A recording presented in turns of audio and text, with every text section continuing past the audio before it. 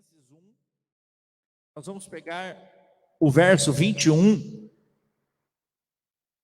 É uma frase muito importante de Paulo, mas nós vamos voltar essa frase, depois alguns versículos, para entender o que ele está falando, tá bom? Filipenses, carta de Paulo aos Filipenses, capítulo 1, versículo 21, e ele está dizendo assim: porque para mim o viver é Cristo e o morrer é ganho.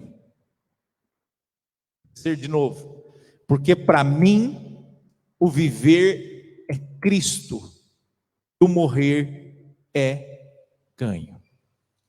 Pode se assentar, você que está aqui no templo. Essa é uma carta de Paulo,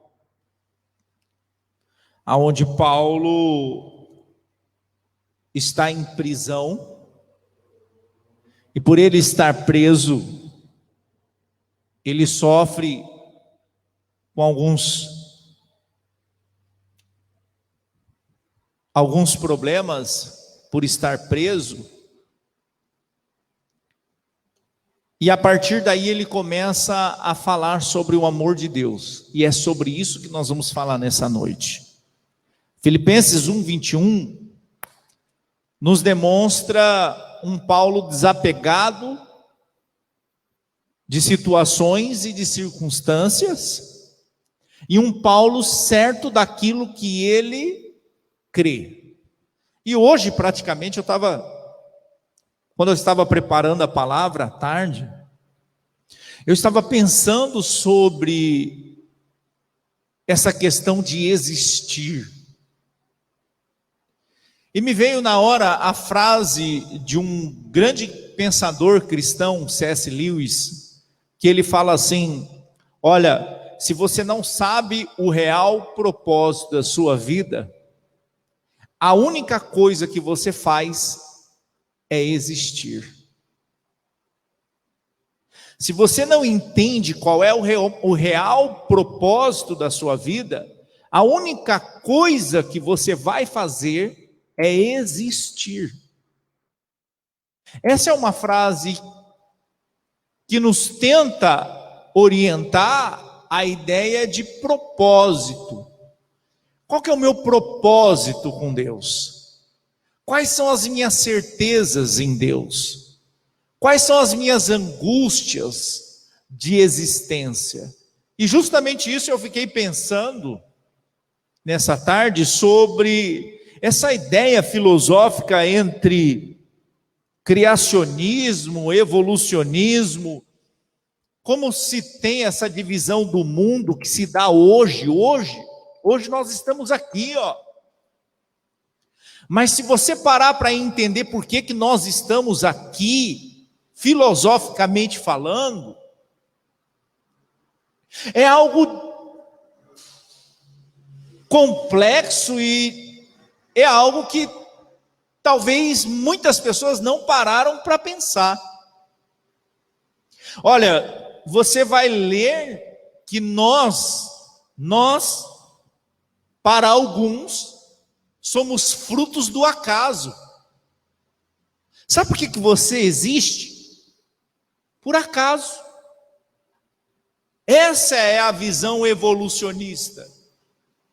Que do nada, por acaso, ocorreu uma explosão, e dessa explosão, bilhões de anos, foram surgindo vida, e você hoje é fruto dessa explosão. E quem é o homem para esta visão? O homem é só mais uma criatura na criação. Para que serve o homem? Está no topo da cadeia alimentar. E para onde vai o homem? Para lugar nenhum. Porque assim como você veio, você volta para a terra e acabou. Acabou. E aí você pergunta: então qual é o sentido de existir? Não há sentido em existir. Existir é só existir. É só passar pela vida. E depois que eu morro? Então, depois que você morre, acabou. Não tem outra coisa. Você tem que aceitar que você é fruto do acaso e que você só está existindo. Eu não consigo ter fé para isso. Sabe por quê? Porque para você acreditar nisso, você também tem que ter fé nisso. Fé no sentido social de crer, porque fé para nós é morte e ressurreição. Mas eu não consigo crer assim. Me parece que para você crer nisso, você precisa ter muito mais fé do que acreditar na criação. Para pensar, para você acreditar que um dia, há bilhões de anos atrás, do nada, aconteceu uma explosão e você é hoje fruto disso, você não precisa ter muita fé para acreditar nisso? A fé no evolucionismo é muito mais complicado do que você crer no criacionismo. Esse é o sentido da vida. O que eu quero dizer para vocês é sobre o sentido da vida. E que se você não entende o sentido da vida, você nunca vai entender o sentido de Cristo na vida. Aí você vai para dados científicos, piora a situação. Porque em dados científicos, aí você tem que ter mais fé ainda. Você quer ver um dado científico? Aí você volta lá para os primórdios, aí você vai discutindo assim, tá. E o que vem antes do Big Bang?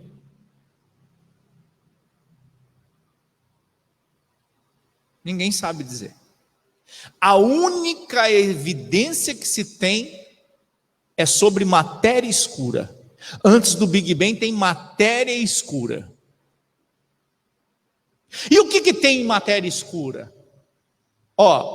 Matéria escura é tão densa e tão gelada que átomo não se move em matéria escura. Nenhum átomo se move em matéria escura. E como ocorre a explosão se átomo não se move? Porque explosão é movimento de átomos. Átomo tem que gerar em átomo para ocorrer explosão. Como que em matéria escura átomo se movimenta?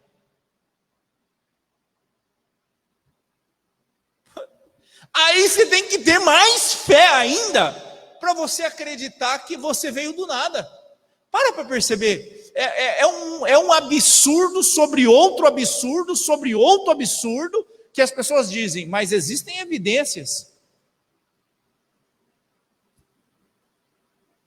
Para pensar no sentido da vida. Você acredita que você veio do nada e depois que você passar por isso aqui, acabou? Eu não consigo acreditar. Eu consigo acreditar num Deus que disse assim, haja luz. E em matéria escura, átomo se moveu e houve luz. Se eles querem entender esse haja luz como Big Bang, o problema é deles. A Bíblia lá em Gênesis 1:1 vai dizer, haja luz e houve luz. Só Deus pode movimentar um átomo em matéria escura. Por que eu estou dizendo isso?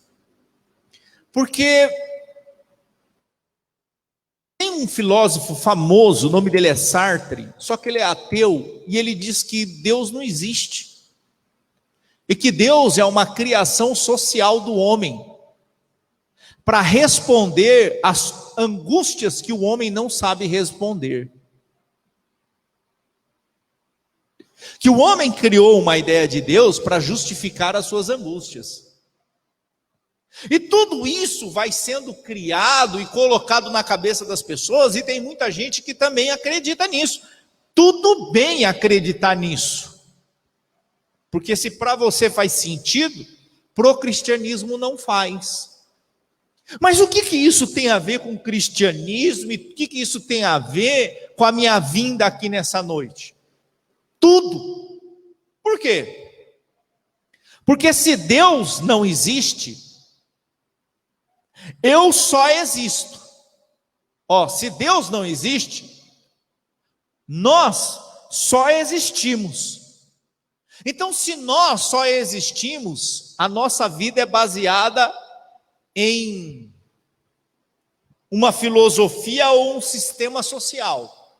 Então, vou tentar aplicar para você entender. Tá, se Deus não existe, o que a gente está fazendo aqui?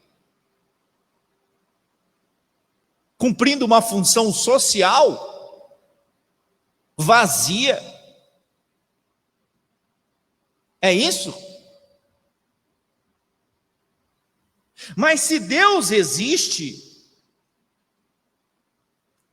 e eu creio,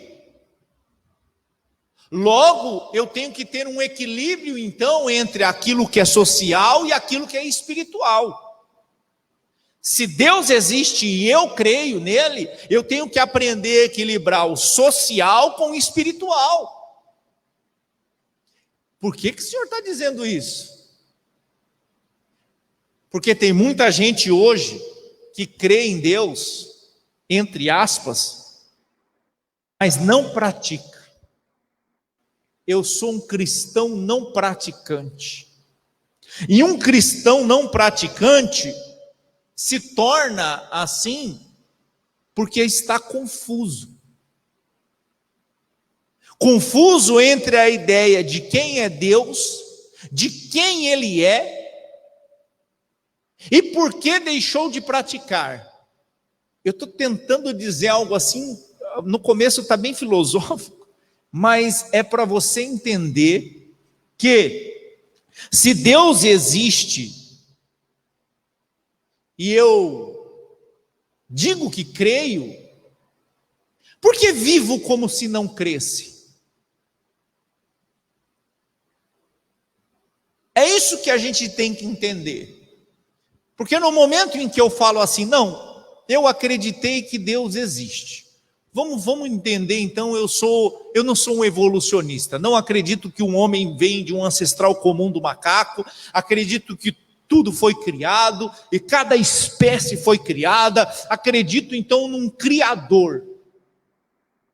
E esse criador é Deus, pronto, acredito nele. Só que nós declaramos palavras e as nossas ações são contrárias, muitas vezes. Eu digo que Deus existe, mas eu vivo como se Ele não existisse. Eu digo que Deus existe e ainda digo que creio nele. Mas não pratico aquilo que está escrito. Por que as pessoas estão assim? Por causa da confusão de conceitos. Você é fruto de um pensamento. Você que está aqui, está me assistindo, você é fruto de um pensamento. Como assim? Todo o seu comportamento, antes de existir, tem um pensamento. Vou ou não vou para a igreja? Tem um pensamento antes de ter uma ação. Você é fruto de um pensamento. Você sabia disso? Todo o seu comportamento é baseado em pensamento, tirando o comportamento reflexo, que você põe a mão naquilo que é quente e puxa. Fora isso, tudo que você faz tem um pensamento e tem uma reflexão. Então aquela famosa frase que o cara diz assim, eu estava bêbado, falei besteira, não é isso. Aquilo que você fala bêbado, você refletiu são. Você só não teve coragem de falar. Estou falando isso para pessoas, no meio de cristãos, que você ouve muita justificativa de algumas pessoas do mundo que diz assim, eu estava bêbado, eu falei aquilo que eu estava bêbado. Então, quando uma pessoa diz que falou porque estava bêbado, significa que ela refletiu naquilo quando estava sã. Tudo em nós é baseado em um comportamento, em um pensamento. Você não tem o nome que você deu. Alguém pensou no teu nome. Você é um conjunto de aprendizagens que não saiu de você. Você é uma pessoa montada. Tudo que você sabe veio de alguém. Todos os professores que passaram na sua vida construíram algo em você. Logo, quando você acha que você é alguma coisa, no fundo você é um quebra-cabeça que tem um pouquinho de todo mundo aí em você. Você só aprendeu a ler porque alguém colocou isso em você, te ensinou. Você só aprendeu a escrever porque alguém te ensinou. Você só aprendeu a dirigir porque alguém te ensinou. Todo o seu gosto é baseado em aprendizagem. Todo o seu paladar é baseado em aprendizagem social, é engenharia social. Por que o chinês come grilo? Se eu falar para você, vamos fazer um churrasco de grilo, você não come. Mas por que o chinês come? Porque existe uma engenharia social por trás para ele comer grilo. Quando houve guerra, que tudo destruiu, o Japão destruiu as plantações chinesas, a única coisa que tinha para comer era grilo, barata, escorpião, cobra, gafanhoto, é tudo isso aí. Ou você come ou você morre. Não tem mais plantação. Está todo mundo morrendo de fome. Você vai comer cachorro, você vai comer tudo que tiver. Ou é você ou é o outro. Entende? Porque é uma engenharia social por detrás. E é sobre isso que me dá uma tremenda angústia. Por quê? Porque a engenharia social tem moldado muitos cristãos. A engenharia social tem moldado muito comportamento de pessoas que temem a Deus. É isso que o apóstolo Paulo ele está dizendo, eu estou preso, mas eu vou dizer algo para você. Para mim, o viver é Cristo e o morrer é ganho. O que ele está dizendo com essa frase? Ele está dizendo que ele sabe profundamente quais são as suas bases, da onde ele vem, para onde ele vai, e por isso ele não tem angústia. Por que as pessoas têm angústia, medo de coisas, medo de morrer? Por quê? Porque as bases ainda não estão firmadas, não estão profundas. Se o viver é Cristo, você tem que aprender a estabilizar esse Cristo com o social. Você não pode deixar o social movimentar o Cristo dentro de você. Eu já disse isso inúmeras vezes, não são os lugares que são problemáticos, é a maneira como este lugar tem a capacidade de te influenciar. E se essa influência destrói a tua fé, esse não é um lugar para você. Não são as pessoas, é como você interage com elas. Se determinadas pessoas têm a capacidade de influenciar a tua intimidade com Deus, essa pessoa, neste momento, não é apropriada. Esta era a fé que estava nos pais da igreja. Fé esta capaz de ter assim, um comportamento extremamente coerente e rígido. Este papel me atrapalha, esse papel não vai estar mais do meu lado. Eles faziam assim. O viver para mim é Cristo. O que Paulo está dizendo? Eu respiro Cristo. Quando a gente traz esse texto para os dias atuais, a gente não tem essa profundidade em servir a Deus, tá? A gente não tem essa profundidade em servir a Deus. Porque ninguém aqui abriu mão de tudo e saiu andarilho aí pregando o evangelho. Foi o que esses caras fizeram. Esses homens de Deus aqui abandonaram tudo, viraram andarilhos em amor a Deus. Isso é um nível de conexão com Deus muito grande. A gente hoje está muito mais leve para nós. Está muito mais leve servir a Deus. Está muito mais leve conhecer o Cristo. Eles começaram abrindo o caminho. Só que nesse muito mais leve, a gente está se perdendo em viver o Cristo. Em viver o Cristo. Qual que é a grande preocupação das pessoas? A grande preocupação das pessoas está em viver Deus para benefício. Então por que eu temo a Deus? Eu temo a Deus porque eu tenho algum benefício. Não é nem temor isso, tá? Isso é uma relação que você estabelece com Deus, e essa é uma relação replicada. Você está replicando um comportamento social com Deus. Então você está entrando para falar com Deus da mesma maneira como você fala com um amigo, da mesma maneira como você fala com um conhecido. Mas não é assim? É. Mas você tem que entender que existe algo, uma nuance, existe um limiar ali muito discreto. O reino de Deus é a inversão do reino dos homens.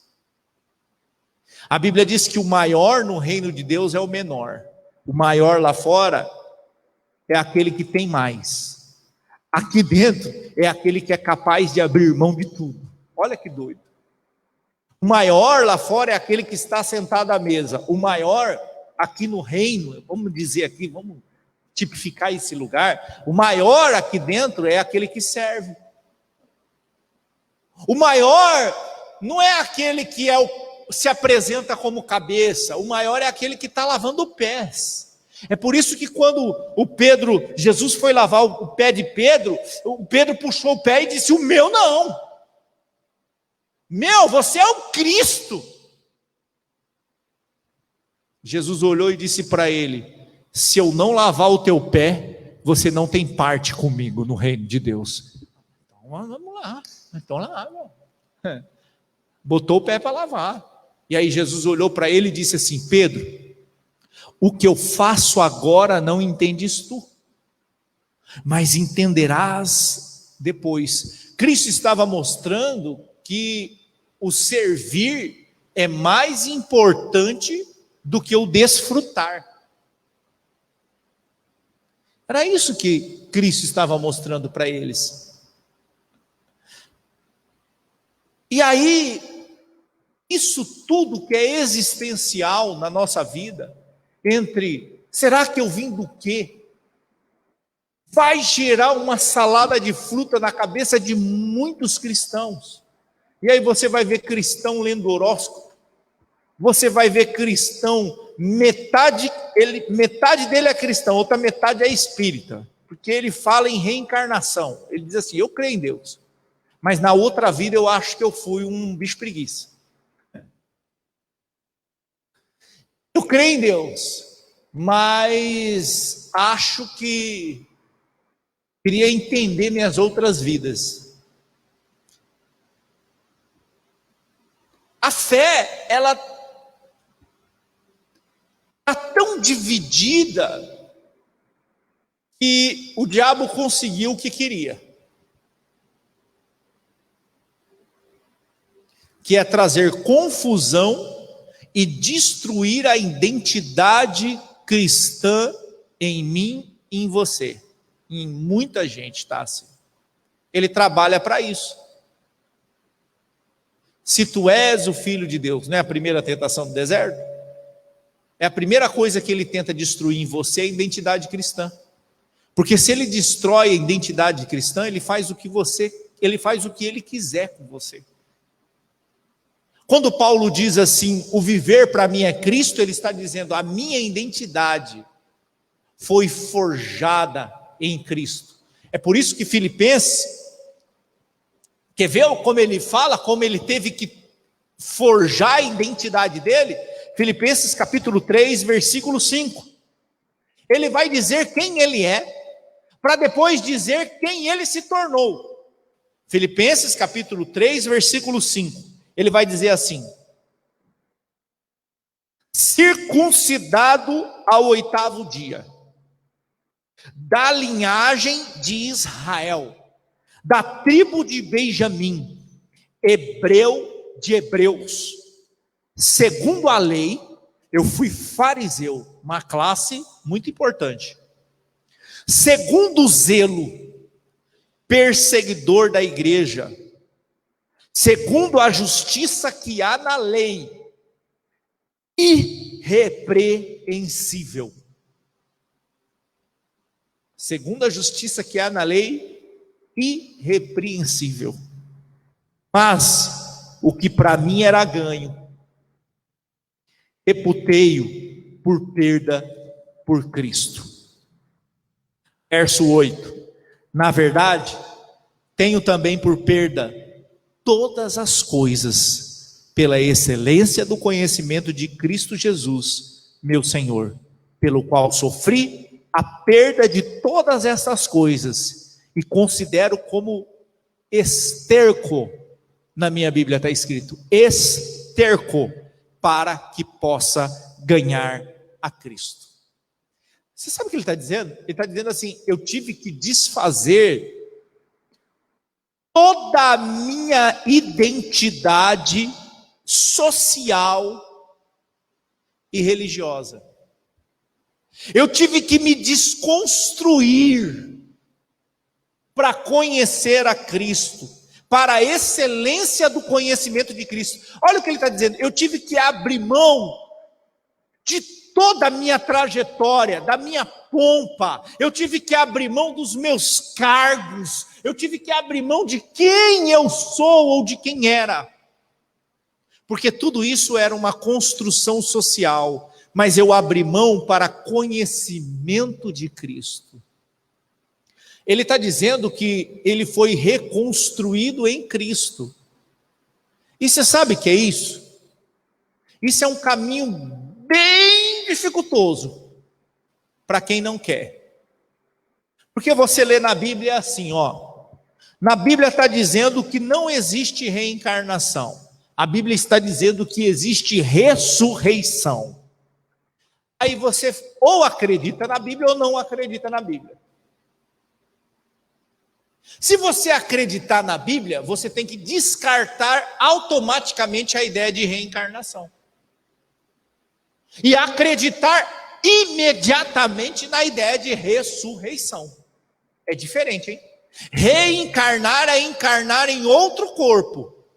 Ressuscitar é voltar no mesmo corpo. Jesus morreu e ressuscitou. Voltou no mesmo corpo. E aí a Bíblia vai dizer sobre a ressurreição de corpos. E não a reencarnação de corpos. Mas aí eu sou um cara dotado de algum conhecimento, e quando eu leio a Bíblia eu digo assim, mas eu não acredito, não pode ser, faz tão sentido para mim a reencarnação. Não vou abrir mão disso, porque eu acredito que Deus tem um propósito na reencarnação. O que eu estou fazendo? Eu estou moldando o Evangelho segundo o meu querer. E estou criando em mim uma identidade muito diferente daquilo que era para ser criado. É por isso que as pessoas não conseguem firmar na fé hoje, porque elas estão misturadas, confusas. Crente lê no horóscopo. Horóscopo é astrologia. Fala sobre alinhamento das estrelas e dos planetas, energia cósmica que interfere na formação da personalidade. E o crente acorda machucado ou magoado, aí ele cata o jornal lá e fala assim, deixa eu ver o que Deus tem para mim. Leão, a sua cor é vermelha.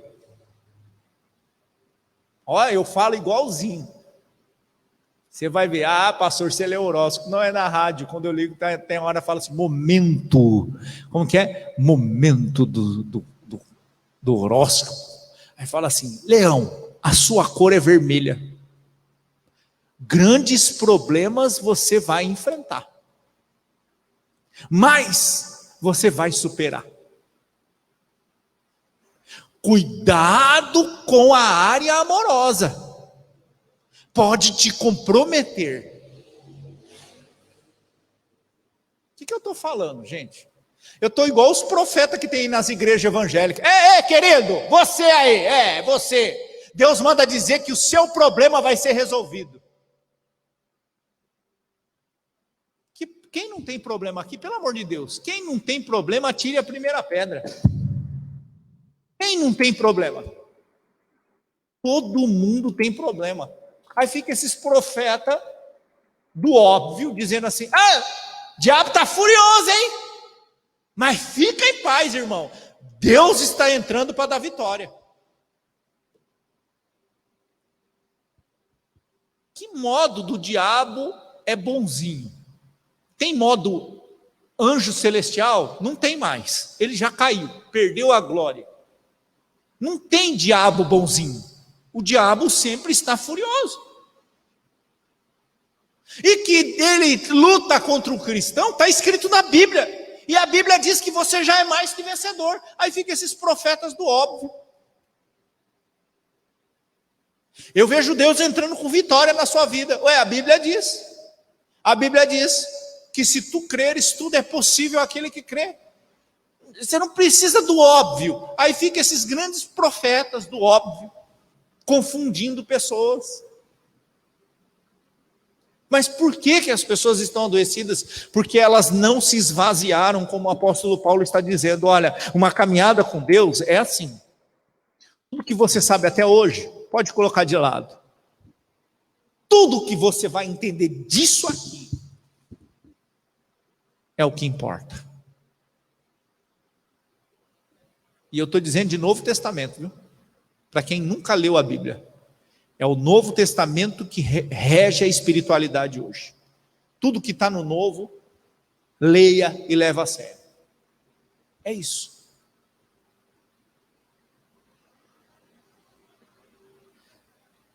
A nossa geração, pode perceber, é uma geração fracassada. Por quê? Porque não produz desenvolvimento, não produz mudança de vida, não produz crescimento. É uma geração de mimimi.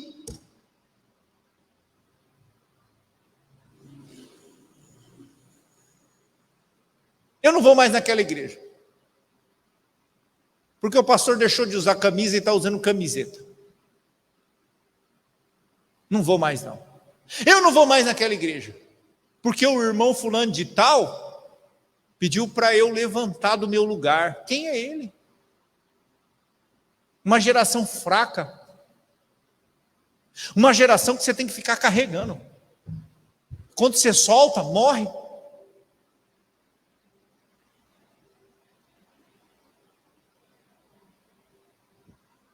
Por que essa geração está assim? Porque não quer crescer em Cristo. A gente precisa crescer em Cristo. E aí eu vou aplicar 3 pontos e a gente encerra a mensagem dessa noite.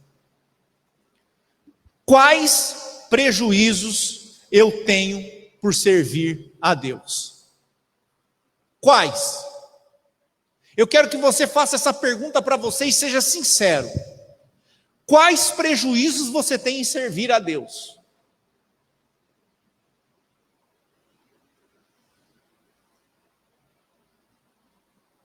Eu fazendo essa pergunta para mim, não encontrei nenhum.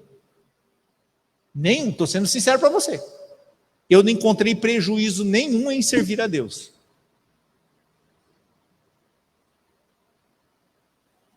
Mas tem muita gente que fala que é desgastante. Significa que você está servindo de uma forma errada. Você está misturando o conteúdo seu com o evangelho. Por isso que é desgastante mesmo. O evangelho, quando ele é miscigenado, com todo respeito, é a pior desgraça que existe. Com todo respeito. É um evangelho dogmático, mentiroso, salafrário, que destrói a espiritualidade de um ser, faz você amar a Deus pelo que você precisa ter, distancia você realmente de Deus, faz você julgar os outros, destrói a relação de amor, cria questão de mérito e demérito, abandona a Deus, parece que a cruz não tem mais sentido, o que tem sentido são os meus atos, é o tempo que eu oro, é o tempo que eu leio Bíblia. E até hoje eu ouço pessoas dizendo assim: pastor, eu estou doente porque eu pequei? Porque me falaram que eu estou assim porque eu falho.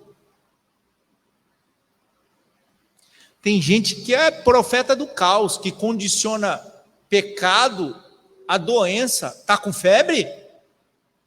Está em pecado. Está com febre? Está em pecado. Pegou Covid? Filho, você não tem fé, não. Não tem fé. É isso que está acontecendo. Esses profetinhas do caos. Aí eu te pergunto, qual prejuízo você tem em servir a Deus? Você está desgastado? Significa que você está misturando conteúdo seu com Deus. Separa o seu conteúdo e o conteúdo de Deus. Você vai ver que o evangelho é a melhor coisa do mundo. Paulo fez isso em Romanos capítulo 5. Deus prova o seu amor para conosco, enviando o seu único filho para morrer por nós, na cruz. O amor de Deus está revelado na cruz. Para de achar de que Deus tem que fazer isso ou Deus tem que fazer aquilo. Se Ele quiser, Ele faz. Ele é soberano. Soberano é isso. Soberano é, eu decido fazer o que quero e não peço nada para ninguém, a minha vontade ela é feita. Agora, soberano não é manipulado. Não é dando 3 pulinhos que o soberano se move. Não é dando dízimo que o soberano se move. Não é manipulando a espiritualidade que o soberano se move. Soberano se move sem ter que justificar nada a ninguém. Então, quando Paulo diz isso, Paulo diz assim, ó, Deus prova o seu amor para conosco na cruz, ele está dizendo assim, para de achar que porque esse problema não está resolvendo, é porque Deus deixou de te amar. Problema é problema. Separa conteúdo seu com a fé em Deus. Deus te ama 100%. Ah, mas e se eu tiver com essa enfermidade e eu morrer? Tudo sucede igualmente a todos debaixo do sol. O morrer é ganho. É isso que Paulo está dizendo. Mas Deus não cura, pastor? Cura. Deus não faz milagre? Faz. Mas quando Ele quer. Se Ele não quiser, filho, você pode fazer campanha, pode rodar piruleta, pode plantar semente de não sei o que lá, essas coisas que tem aí na fé. Só faltou sair a semente do Joãozinho, né? Ó, essa semente aqui, ó, é um grão de feijão. Você planta, vai nascer uma árvore, aí você vai falar lá com Deus. Só faltou isso, que tinha isso, né? Antigamente, né?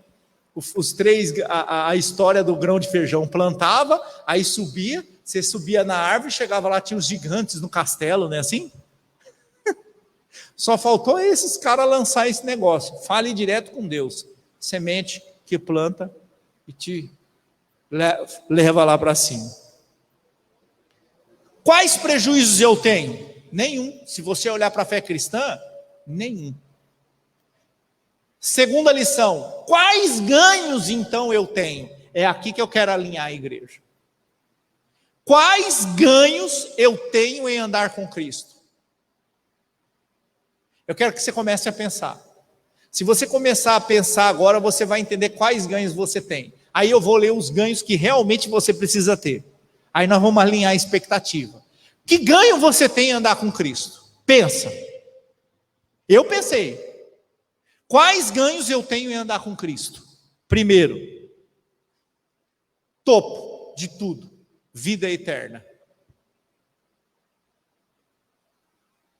O primeiro ganho de um verdadeiro cristão ao andar com Deus é vida eterna. Se você colocou casa, carro, está servindo a Deus por outro propósito. Ah, eu tenho um ganho. Rapaz, andar com Deus me traz benefício demais. Sua expectativa está frustrada. Você não está andando com Deus, não. Você está andando com Mamon achando que é Deus. Vida eterna é o primeiro ganho que uma pessoa tem em andar com Deus. Isso tem que estar no teu coração. Para mim já basta. Vou ser sincero para você. para mim, isso já basta. Tudo que vier daí de Deus para mim é lucro. Tá? Tudo que Deus me dá daqui para frente é lucro. Já basta eu ter a vida eterna. Já basta. É isso que tem que estar do seu coração. Que ganho que eu tenho, Deus, em te servir? Vida eterna. Segundo ganho. Com a vida eterna, você tem equilíbrio emocional. Jesus diz: tende paz em mim. No mundo tereis aflições, mas tende bom ânimo. Segundo ganho que eu tenho em andar com Deus: equilíbrio emocional. Quem tem vida de oração sabe o que é passar dificuldade. É mais leve do que o normal. Parece que você está meio anestesiado no negócio. Você está passando uma dificuldade lascada, mas você não sente como ela é. Não é o peso que é. Equilíbrio emocional. Que ganho mais eu tenho em andar com Cristo? Me torno uma pessoa melhor a cada dia. Me torno uma pessoa melhor a cada dia. Olha que ganho fantástico, gente. Isso é o ganho da espiritualidade. Fora disso aqui, tudo é interesse. Me torno uma pessoa melhor a cada dia. Quarto ganho. O meio em quem convivo terá sempre o melhor de mim. Então o meio também tem ganho. Eu ganho em anunciar o Cristo ao meio, e o meio ganha em conviver comigo.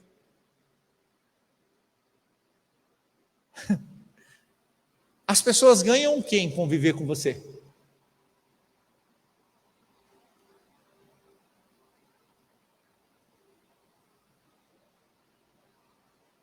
Eu tenho um paciente que ele fala assim: se você conviver 1 ano comigo e sua vida não mudar em nada, some da minha vida. Ele fala desse jeito para mim. Ele é cristão. Ele fala assim: se você conviver 1 ano comigo e não mudar em nada, some da minha vida, porque eu sou um péssimo exemplo para você. Ele falou esses dias para mim. Eu falei: tá, pega. Você tem razão, é verdade. E eu digo mudar para melhor. Por quê? Porque entende a consciência cristã que tem.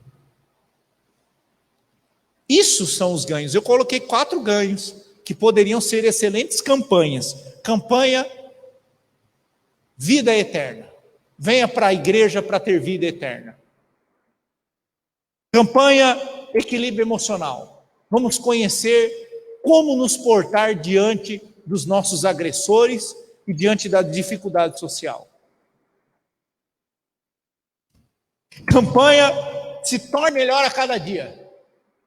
Não tem, né? Porque isso são os ganhos que nós temos que ter com a vida eterna. Terceiro, para encerrar. Traga Cristo para qualquer sentido de atividade. Vou dar um exemplo. Está insatisfeito? Eu estou, pastor. Porque você está olhando com um olhar humano. Agora ponha Cristo nesse meio aí.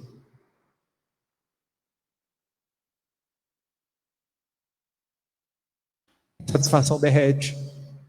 Para pensar. Estou insatisfeito demais com alguma coisa.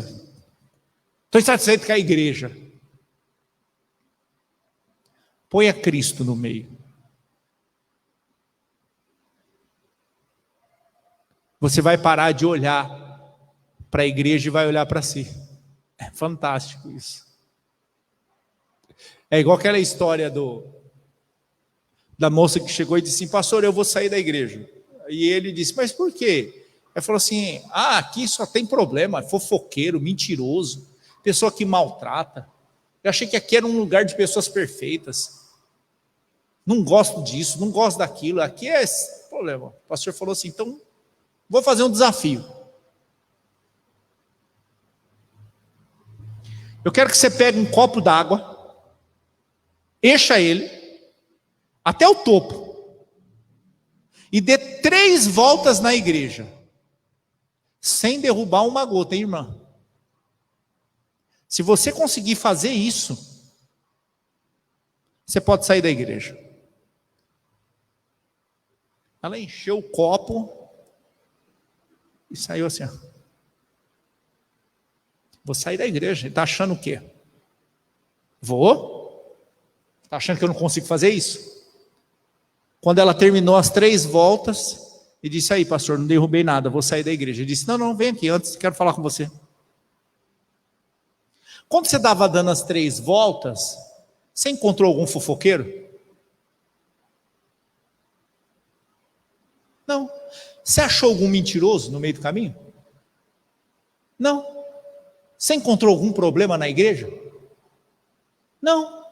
Então, é porque o seu foco estava no copo.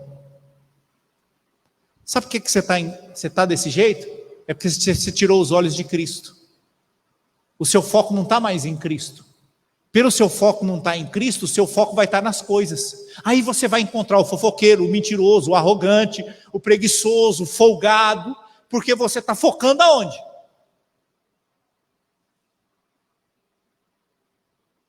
Não tire o seu foco de Cristo. Não tire o seu foco de Cristo. É isso que a gente tem que entender. Ponha Cristo nessa coisa, na sua insatisfação, que você vai se procurar. Vou dar um exemplo. Eu tenho uma insatisfação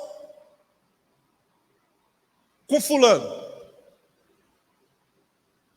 Se eu deixar a minha carne falar, não existe o lado bom de fulano. Só existe lado ruim, pode perceber. Se eu deixar a minha insatisfação falar, eu só vou enxergar lado ruim de fulano. Mas quando eu trago Cristo para dentro dessa insatisfação, o Cristo diz assim, ó, legal, agora você vai dar outra face para o fulano, e você vai entender por que você sente isso. Qual é o seu problema com fulano? Como assim?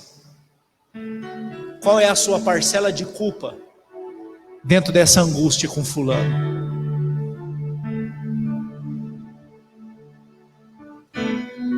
Aí você para de olhar para o fulano e passa a olhar para você. E passa a olhar para os dias em que você fez o mal. E você agora passa a encontrar o mal que está em você. Aí você fala, não dá, com o cristianismo não dá. Porque o cristianismo sempre faz você olhar para você, antes de olhar para o fulano. Antes de você apontar o cisco que está no olho do teu irmão, olha para a trave que tem no teu. É isso que está na Bíblia. Paulo diz, olha, antes de você tomar da ceia, faça uma alta análise. Não é faça uma análise do outro. Faça uma alta análise. Senhor, olha, fulano me odeia porque talvez eu fiz algo de errado. Me deixa enxergar o que eu fiz, Deus. Porque ninguém odeia ninguém do nada. Só se você tiver transtorno psicológico. Fora isso, ninguém odeia ninguém do nada. Você não acorda de manhã e diz assim, putz, hoje eu vou odiar fulano. Ai, que ódio. Ai, que ódio. Eu odeio, agora eu não quero mais conversar com ele. Ai, pronto. Se você está fazendo isso, a gente vai te internar. Você não está bem, não. É sério. Ninguém odeia ninguém do nada. Alguma coisa aconteceu nessa relação entre você e fulano que fez com que fulano te odiasse e você odiasse ele. Mas se você ficar procurando o lado errado dele, você está querendo julgar. Aí a Bíblia diz, não julgue. Então o que eu faço? Procure o seu lado errado. É por isso que com o cristianismo não dá. Porque ele sempre propõe para mim uma autoanálise. Eu digo, caramba, o problema sou eu. Tá vendo? O problema sou eu. Eu não deveria ter falado alto. Eu não deveria ter sido intrometido. Eu não deveria ter exposto o conteúdo que era particular do outro. Porque aí o cristianismo entra e faz você olhar para você. Qual é a sua parcela de culpa nisso? É muito doido. É lindo, o cristianismo é lindo. O cristianismo é uma proposta de paz, viu? Paz entre todos. E unidade com Deus. Tá, eu tenho uma insatisfação com a igreja. Por causa disso, disso e daquilo. Eu vejo esses problemas na igreja. Então, ponha Cristo agora no meio dessa sua insatisfação. Quando você põe Cristo no meio dessa insatisfação, você passa a se perceber que você faz parte desse problema, ou por negligência, ou por omissão, ou por alguma coisa, e que você agora já não está disposto a julgar e falar não concordo. Agora você está dizendo assim, o que eu posso fazer para melhorar isso? Você, quando põe em Cristo, você procura pacificação. Quando você põe em Cristo, você propõe reconciliação. Quando você põe em Cristo, você propõe recomeço. E procura em você o que poderia melhorar. Quando você tira Cristo, aí é só você mesmo. Então, ponha Cristo. Ponha Cristo. E você vai ver que a sua vida vai ficar mais leve. É isso que Paulo está dizendo. O viver para mim é Cristo. Ele está dizendo, olha, tudo que eu faço é Cristo. Por isso eu quero encerrar com esse versículo. Filipenses capítulo 3. Ó, nós estamos em Filipenses, versículo 15. Filipenses 3,15. Acho que é esse.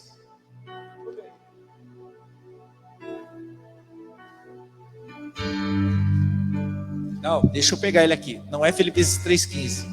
É Filipenses capítulo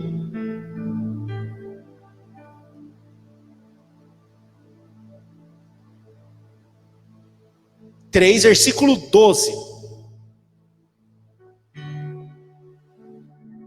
Não é 15 não. O 15 é o final. 12.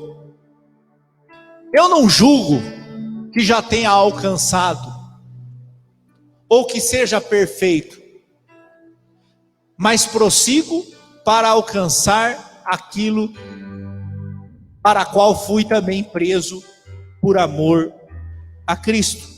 Verso 13. Quanto a mim, irmãos, eu não julgo que tenha alcançado, mas uma coisa eu faço. Ele está dizendo assim, eu não julgo que eu sou uma pessoa perfeita, mas uma coisa eu sei fazer. Esquecendo-me das coisas que para trás ficam, e avançando para que estão diante de mim. Olha, isso é importante. O próximo verso é o verso 14. Eu prossigo para o alvo, pelo prêmio da soberana vocação de Deus em Cristo Jesus. Olha o que Paulo está dizendo. Eu não julgo ser perfeito, hein? Ele está falando isso. Mas uma coisa eu faço. Eu deixo para trás aquilo que não edifica. É mais ou menos isso. Esquecendo-me das coisas que para trás ficam. Sabe o que é isso? Ele está dizendo assim, ó, uma coisa eu sei fazer. É engolir sapo. Uma coisa eu sei fazer. É deixar para trás aquilo que não presta. Porque você deixa para trás, irmão, aquilo que é um problema na sua vida. Ele está dizendo, uma coisa eu faço. Eu deixo para trás tudo aquilo que me impede de andar com Cristo. meus sentimentos de raiva, meus sentimentos de ódio, meus sentimentos de ganância, meus sentimentos de ira. E eu não sou perfeito não, hein? Olha o que ele está falando. Eu não sou perfeito não, mas uma coisa eu sei fazer. Eu sei deixar coisas para trás para poder andar com Cristo. E o que ele deixa para trás é conteúdo dele. Não é conteúdo dos outros. Vou deixar para trás para andar com Cristo. Não gosto do Danilo, vou sair da igreja. Por quê? Porque eu deixo para trás aquilo que eu devo deixar. Então, se o meu problema é o Danilo, eu saio da igreja. É isso? Eu deixo para trás conteúdos meus. Aquilo que não edifica a fé cristã. Eu deixo para trás o meu rancor. Eu deixo para trás as minhas birras. Eu deixo para trás os meus mimimis. Eu deixo para trás a minha falta de perdão. Olha, eu não consigo perdoar. Então o problema sou eu, não é ele. Senhor, me ajuda a perdoar. A partir de hoje eu vou andar diferente com essa pessoa. Você pega isso aqui e joga para lá. E prossegue. É isso que ele está dizendo. Eu prossigo para o alvo. É por isso que ele diz que o viver é Cristo. Ele diz, o viver é Cristo. Por quê? Porque eu sei quem eu sou. Eu sei que eu não vim do macaco. Eu sei que fui criado por um Deus existencial. Eu sei que eu vou prestar contas. Eu tenho certeza que a vida não acaba aqui. Eu tenho certeza absoluta que um dia eu vou prestar contas de tudo que eu fiz na terra. Mas uma coisa eu faço. Cristo está no meu viver. Então eu olho para outra pessoa com Cristo no meio. Eu olho para outra pessoa com Cristo dando sentido para as minhas coisas. Cristo é tudo. Tudo em mim e tudo em nós. Porque o importante não é ser perfeito. O importante é prosseguir para o alvo. Olha que coisa linda. O importante não é ser perfeito. O importante é prosseguir para o alvo. Continua. É difícil? Está difícil? Tá, continua. Isso é o importante. Então, vou terminar com a frase de C.S. Lewis. Se você não sabe qual é o real propósito da sua vida, a única coisa que você faz é existir. Qual que é o real propósito da sua vida? É Cristo ou apenas existir? Se você quiser apenas existir, esse mundo vai ser o seu foco. Mas se você olhar para Cristo, a eternidade é teu foco. Você vai se tornar uma pessoa melhor a cada dia. E não que você tenha que deixar amigos, parentes para trás. Não. Essas pessoas vão ver o melhor de você. E vão querer entender como você consegue ser tão feliz assim. Porque o sentido da vida muda. E a partir de mudar o sentido da vida, você encontra Cristo em tudo. Amém? Vamos se colocar de pé. Cristo em nós, esperança da glória. Senhor, obrigado por essa noite.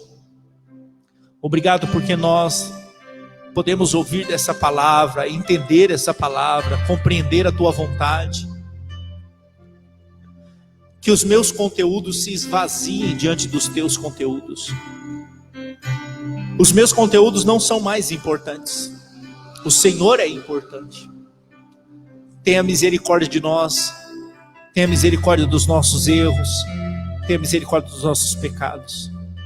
Nós te agradecemos em nome de Jesus. Amém. Amém. Que o amor de Deus, a graça do nosso Senhor e Salvador Jesus o Cristo e as consolações do Espírito Santo seja convosco, que você confirma dizendo amém. Deus te abençoe. Vai.